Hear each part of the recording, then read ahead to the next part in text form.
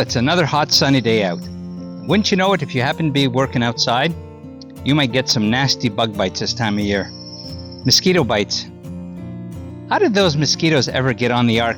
Anyhow, we may never know the answer to that question. What about bee stings, hornets, that kind of stuff? But the chances are, if you're outside, a quick and easy remedy might be found right near where you're working. And today I want to talk to you really quickly about broadleaf plantain, what you can do with it. Now, if you're working outside and you get a mosquito bite or a bee sting or whatever, look around and find a piece of plantain. Now, this is broadleaf plantain. There is some narrowleaf plantain, but we don't get it much here in Eastern Canada. But I'm going to show you exactly how you can identify this in just a moment. We're going to zoom in on that.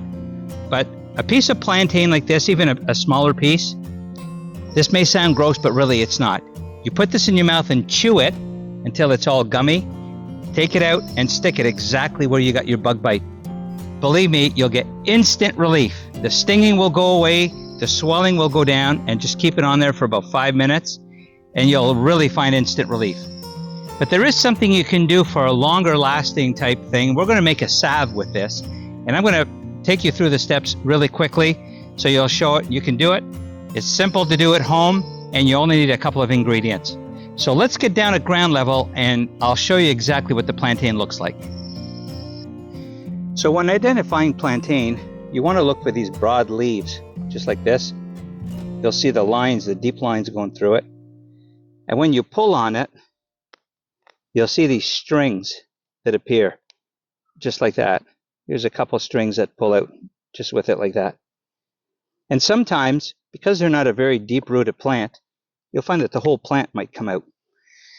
And that's okay. They do have some deep roots, so the chances are that they will keep on growing. Now in this case, I have quite a bit growing in different parts of my land. It grows fairly well in the shaded parts. So we're just going to keep around and keep finding some here. And the next thing we're going to do, once we have the required amount, and because I'm going to make some extra batches here just to give away as gifts, I'm going to fill my dehydrator. Now, if you don't have a dehydrator, I'm going to suggest that you go ahead and check out the video that I made just recently on dehydrating. These leaves dry fairly easily, and so they can be dried in the oven or they can be dried in the dehydrator, which really is the preferred method. So once the leaves are dry, it usually takes a few hours. All you got to do is just crumple them up in a bowl, make sure that they're as fine as you can possibly be. Now, some people remove the stems. I like to leave them because there are some nutrients in there, and it doesn't usually take them too long to dissolve and get all the nutrients in there anyhow. So just get them as fine as you can. Then you're going to put them into a large jar. I'm using a larger jar here because I am making a bit of a bigger batch, and pour it in there. As you can see, I'm not too, I am a little bit messy.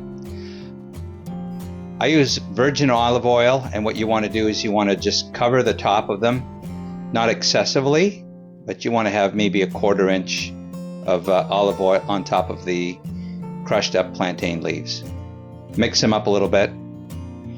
And then I'm going to put this mixture into the oven at about 175 degrees for about 5 hours.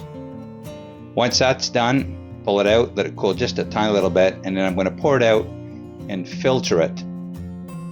Pour that into a clean jar. And then I'm going to put that into another jar, as you can see on the stove there, into some hot water. Then I'm going to cut some beeswax. Now I do this from memory, so I probably cut up about 2.5 to 3 ounces here of beeswax. I get this beeswax from my local farmer's market. That's a full pound that I have there, and I pay $16 for a full pound.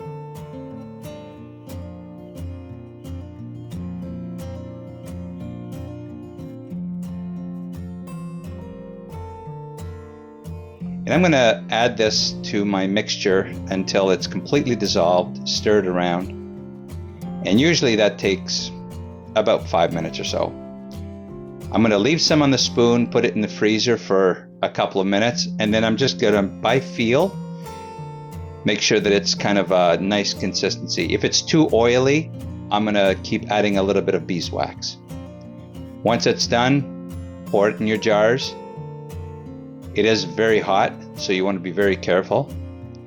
And then just let it cool and put a lid on it.